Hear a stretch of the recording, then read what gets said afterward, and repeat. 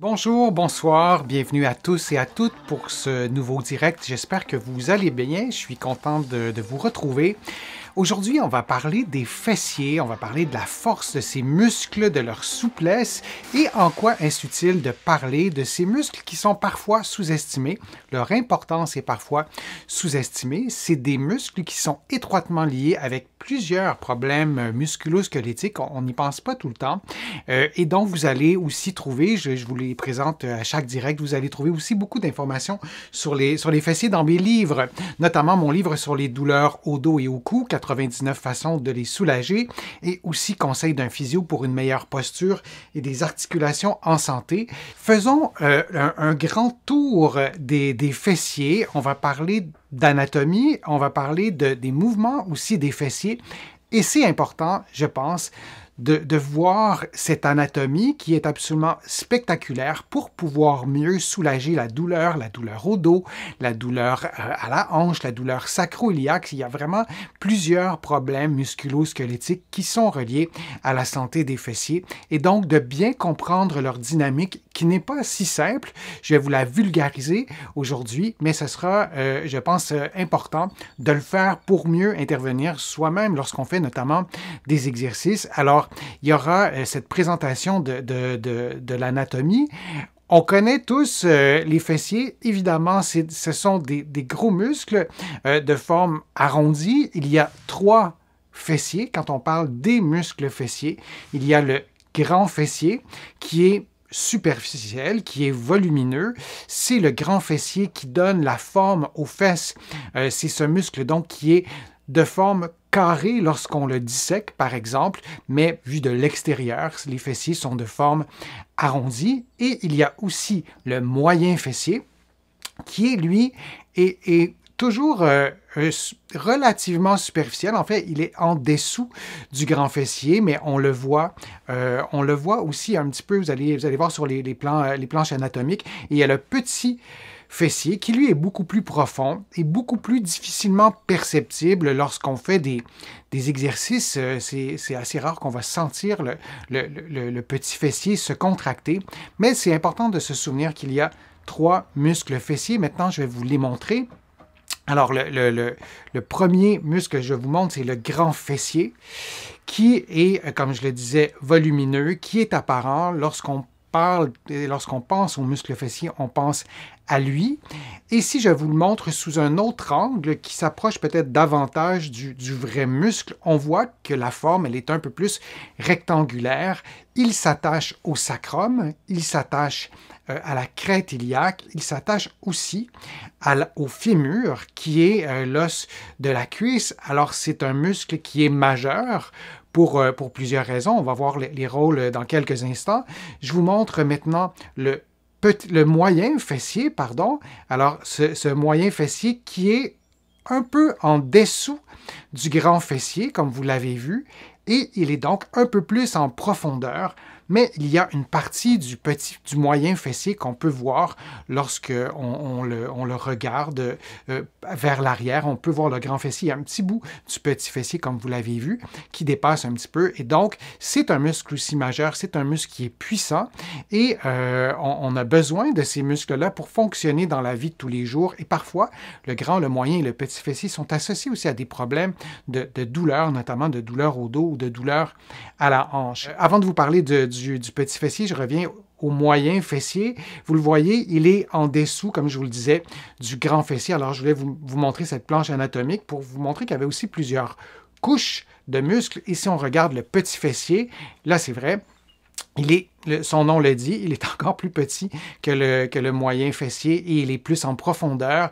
Et si vous voyez, si vous suivez la partie rouge ou rosacée du muscle, on voit qu'il y a un tendon qui s'attache sur l'os de la cuisse, sur le fémur, et parfois on peut avoir des tendinopathies du petit fessier et ça peut causer des problèmes à la hanche et parfois on peut mêler certains problèmes de bursite par exemple avec des problèmes de tendinopathie du petit fessier. Je voulais vous montrer aussi cette planche anatomique. Vous voyez la liste des muscles de cette région de la hanche, des fesses, et on voit donc le fessier moyen, on voit juste en dessous le petit fessier. Et je ne ferai pas l'énumération, mais vous voyez la complexité de cette région. Il n'y a pas que des muscles non plus, il y a des bourses, il y a des ligaments, il y a des nerfs, mais c'est une région qui est complexe, c'est une région aussi qui est charnière dans l'anatomie. Alors, c'est intéressant aussi de garder cette région-là en tête. Donc, pour récapituler, il y a ces trois muscles qui sont en différentes couches, le grand, le petit et le moyen fessier. On va voir maintenant les mouvements que font ces muscles-là. Je ne les distinguerai pas pour chacun des muscles. Ce serait peut-être un peu étourdissant. C'est relativement complexe, mais on peut vraiment le résumer comme on va le faire aujourd'hui. Et je vous inviterai à faire les mouvements qu'on fera dans quelques secondes. D'abord, le rôle principal des fessiers, en fait, c'est de maintenir la stabilité. Ce n'est pas uniquement un groupe musculaire qui fait bouger, par exemple, le membre inférieur, mais ce sont des muscles qui maintiennent la posture debout. C'est grâce à ces muscles qu'on peut être droit. Aussi, les muscles fessiers, en collaboration avec d'autres voisins, stabilisent le dos, stabilisent le bassin et stabilisent les membres inférieurs. Et je pense que ça, c'est un point essentiel, même pour se motiver à faire des exercices. Ce sont aussi des stabilisateurs quand on marche, quand on court et quand on est immobile. Par exemple, si vous vous habillez, vous êtes debout, vous vous chaussez en position debout sans point d'appui, vos muscles fessiers ont besoin de bien travailler pour pouvoir stabiliser. Et j'ai été un peu trop vite, mais ils mobilisent la hanche et le bassin. On va faire un test ensemble. Vous avez vu un petit peu l'image qui vient tout juste de passer. Si ça vous chante de faire le test ensemble, je vous demanderai de vous placer debout, ce que moi, je ne ferai pas. Je vais vous montrer l'illustration. Vous allez vous placer debout sur un pied. Si vous avez un miroir près de vous, vous pourrez le faire devant la glace et vous allez lever un pied. Et normalement, votre bassin devrait rester à l'horizontale. Et si votre bassin ne reste pas à l'horizontale, il faut savoir pourquoi. C'est un test qu'on fait cliniquement. Et pour pouvoir garder un bassin à l'horizontale, on doit maintenir un équilibre dans les contractions. Donc, on a besoin de contrôle. Alors, si vous faites le test et votre bassin tombe légèrement du côté du pied qui ne touche pas au sol, il faut comprendre pourquoi. Et si vous ne connaissez pas la raison, moi, je vous invite vraiment à consulter pour comprendre ce qui cause cette instabilité-là, en quelque sorte, du fait de peut-être avoir une moins bonne co-contraction des muscles fessiers à gauche et à droite, ou peut-être d'autres muscles, ou peut-être vous connaissez aussi la réponse. Alors, vous pourrez aussi me l'écrire en commentaire si vous savez pourquoi ça ne tient pas.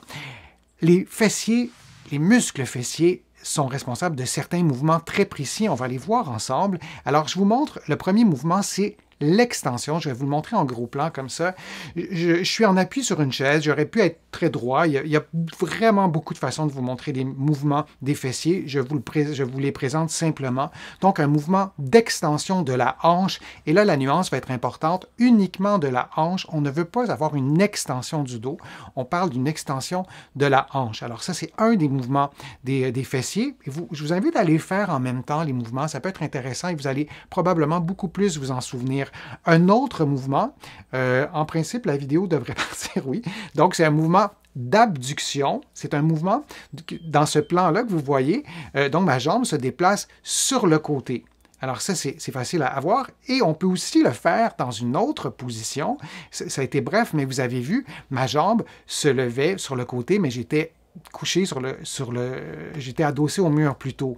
Vous pourriez le faire debout, donc vous déplacez votre jambe sur le côté. C'est un mouvement d'abduction. Et il y a aussi un mouvement de rotation interne et de rotation externe.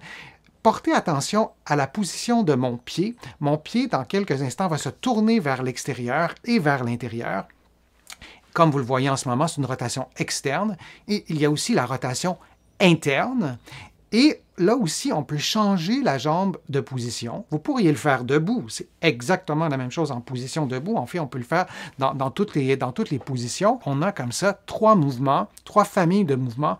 L'extension, l'abduction et la rotation externe et interne.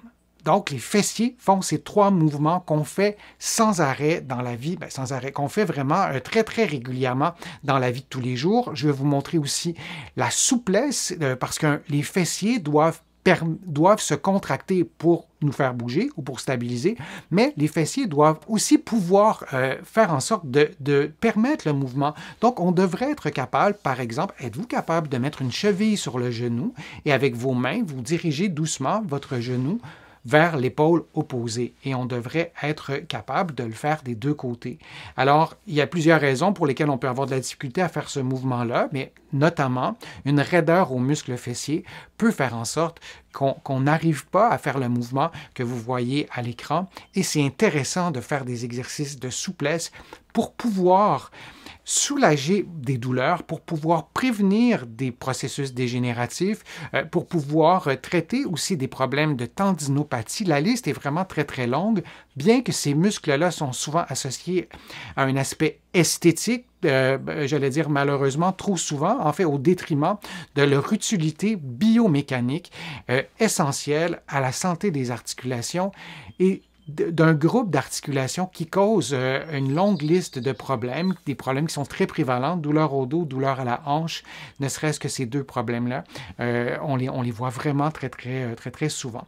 Alors, ce qui conclut l'ABC des fessiers et on garde en tête qu'il y a 3 mouvements et qu'il y a 3 muscles et ces muscles travaillent vraiment en synergie. On a terminé ce contenu sur les muscles fessiers. Je vous remercie de votre attention. Je vous remercie aussi de vos questions, de vos interactions et n'hésitez pas à me poser d'autres questions dans le fil de discussion. J'y réponds soit individuellement, soit je les note et je réponds à vos questions dans d'autres vidéos. Je vous remercie aussi pour toutes les contributions que vous avez faites dans la dernière semaine en cliquant sur le petit cœur où c'est inscrit « Merci » sur YouTube ou sur mon site web. Vous allez voir, il y a un onglet « Contribuer ». Ça me permet de continuer à vous offrir autant de contenu gratuitement. Vous allez trouver beaucoup d'informations dans mes livres.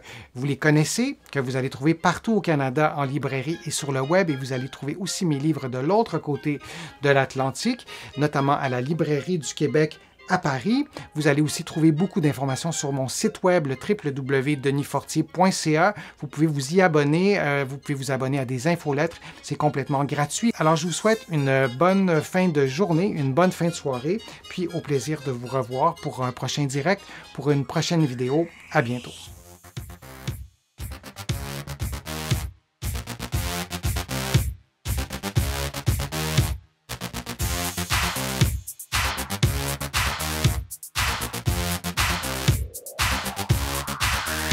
Shh.